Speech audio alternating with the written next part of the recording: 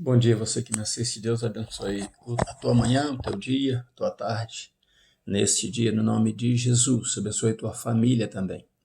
Neste vídeo, eu já quero agradecer as pessoas que assistem os meus vídeos.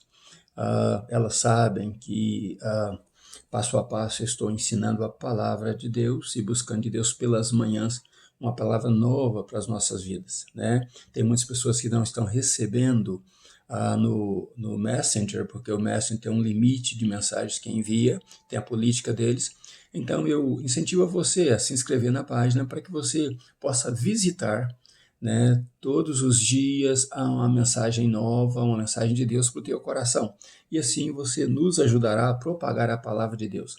Não tem nenhum fim lucrativo nisso aí. Não quero nenhum dia falar de lucros, mas o maior lucro é a palavra de Deus ser divulgada. Esse é o prazer do meu coração.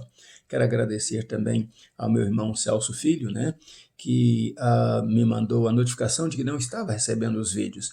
Então eu pedi o WhatsApp dele para que eu pudesse mandar pelo WhatsApp. Meu irmão, Deus te abençoe. Muito obrigado por você ter me compartilhado da ausência dos vídeos e eu poder te enviar diretamente. Deus te abençoe, te dê graça nesse dia no nome de Jesus e a todos vocês que assistem, o meu muito obrigado no nome de Jesus. O título da mensagem de hoje é Deus perdeu o controle? Vamos ler então Judas, o verso 5 e o 7, que diz assim: Quero lembrar-vos, se bem que já sabeis ou já estáis cientes de tudo uma vez por todas, que o Senhor, tendo salvo um povo, tirando-o da terra do Egito, destruiu depois os que não creram.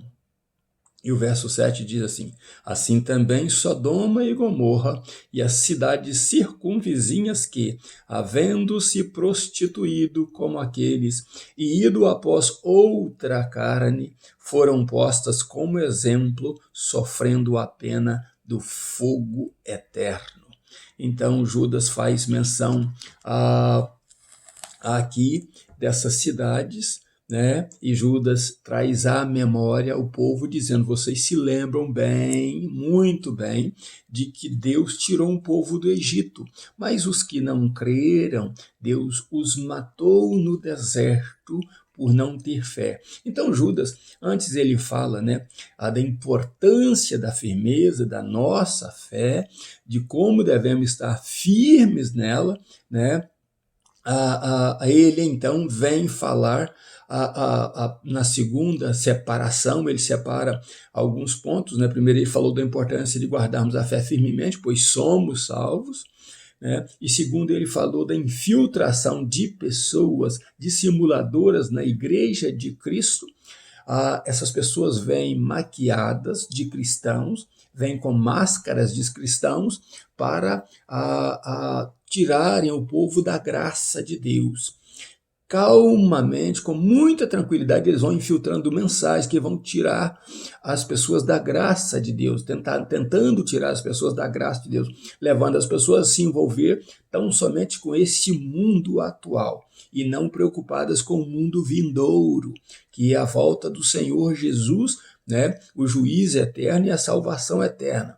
As pessoas já não falam muito sobre isso, elas pensam que vão para o céu, mas querem viver uma vida de paraíso, no paraíso aqui na terra. Daí pessoas que não almejam mais a volta de Jesus, porque está muito bom para eles. Eles já vivem a abundância aqui na terra, a felicidade aqui na terra, e eles pensam que isso é o suficiente e que não tem um juízo futuro. Então, a Judas fala disso, dessas pessoas que infiltrariam mascaradas de cristão, e tem muitas delas no meio do povo. Mas agora, nesses versos, ele fala dos anjos que se rebelaram contra Deus ouvindo a Lúcifer e tentaram levantar para Lúcifer, um trono acima do trono de Deus. E Lúcifer dizia: eu serei igual a Deus. Como seria igual a Deus se ele não era criador, se ele não era senhor do universo, se ele não tinha poder como Deus tinha? Ele tinha poder atribuído a ele que Deus deu, mas Deus dá e Deus pode tirar como tirou esta glória de Lúcifer, né? Na Bíblia diz que as pedras afoguetadas, que os diamantes, os rubis, foram feitos para que Lúcifer deitasse nele. Deus deu uma glória tremenda a Lúcifer, mas ele quis muito mais do que o que Deus deu. E tem muita gente querendo mais do que o que Deus dá. E Judas diz assim: se ele não poupou estes anjos, mas prendeu alguns em cadeias eternas e baniu os outros da presença dele, lançando-os com Lúcifer por terra. Vocês se lembram que Deus não será piedoso para aqueles que fazem mal e para aqueles que se rebelam. E depois dele falar desses anjos que estão preparados para o juízo final e para o fogo eterno, ele então traz menção da cidade de Sodoma e Gomorra. O que passou com essa cidade? Antes era uma cidade, aos olhos de Ló, muito lindas, com campinas verdes, aquela coisa mais linda. Mas quando Ló entrou na cidade, ele viu o pecado ali da homossexualidade, né? O pecado da imoralidade. E Ló não ficou satisfeito com isso. Então os homens tinham relações sexuais entre si, não somente por prazer, mas também por dinheiro, prostituindo-se mutuamente, né, homens com homens. Eles então vendiam este prazer, vendiam esse sexo. Isso foi atingido saindo de Sodoma para Gomorra, de Gomorra e Sodoma para cidades vizinhas, e já tinha muitas outras cidades infiltradas nisso.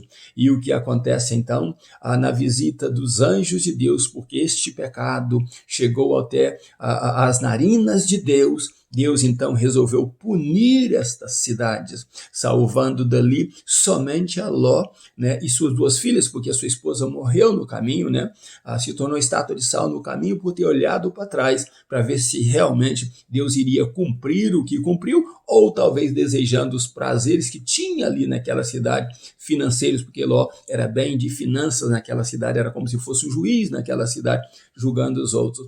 O que aconteceu é que esta cidade então foi consumida pelo fogo, e Judas está dizendo exatamente isso. Se Deus puniu aquelas cidades impenitentes, ele não terá misericórdia daquele que se rebela contra ele. E por que nós estamos falando isso? Porque hoje já não podemos dizer ao homossexual que o homossexualismo é pecado. Não podemos dizer às lésbicas que o lesbianismo é pecado. Não podemos dizer, entre aspas, a Constituição diz que nós não podemos dizer, porque isso é homofobia, que isso é aquilo. Você conscientizar o homem do pecado não é homofobia. Você dizer ao homem: olha, você tem órgãos de homem, não adianta você olhar no espelho e dizer que você é mulher, porque você não é, você tem órgãos de homem. Agora você faz do teu corpo o que você quiser, mas saiba que Deus não perdeu o controle. Por isso o título da nossa mensagem é: Deus perdeu o controle? Não, Deus não perdeu o controle. O que acontece é que isso está alargando o mundo afora e sendo protegidos por constituições humanas, mas a Constituição de Deus diz que a igreja deve pregar o evangelho e pregar com amor. Muitos desses que hoje se diz, né, o homem se dizendo mulher e a mulher se dizendo homem,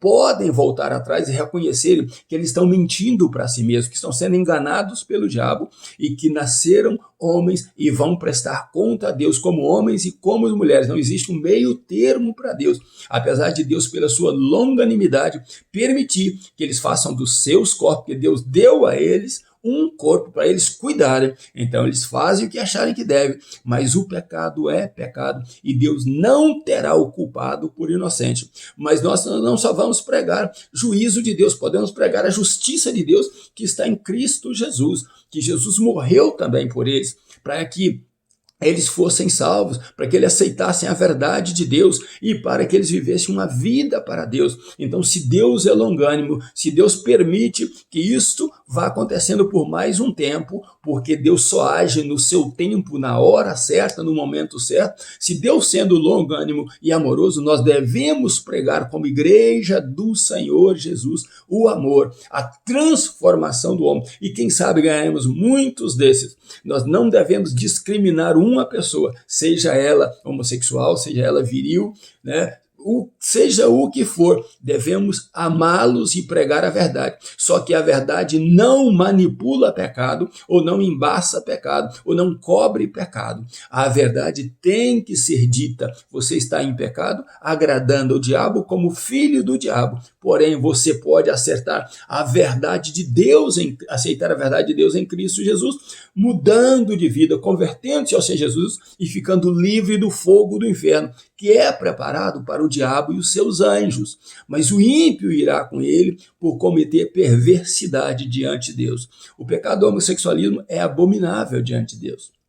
Porém, nós devemos rejeitar isso amando o pecador e dizendo a ele que a solução, a salvação é em Cristo Jesus. E se ele quiser, ele pode ser livre. Não só esse pecado, mas de qualquer outro pecado que o homem cometer. Deus pode livrá-lo. Deus pode levar ao céu. Ele aceitando a Jesus como Salvador e Senhor da vida dele, ele mudará de vida e terá o novo brilho da glória de Deus na vida dessa pessoa, como nós temos nas nossas vidas. E a Bíblia diz, sede santos, porque aquele que vos chamou é santo. Então a igreja do Senhor Jesus, sede santa, pregue a palavra, ame e diga ao ímpio que ele precisa de Jesus.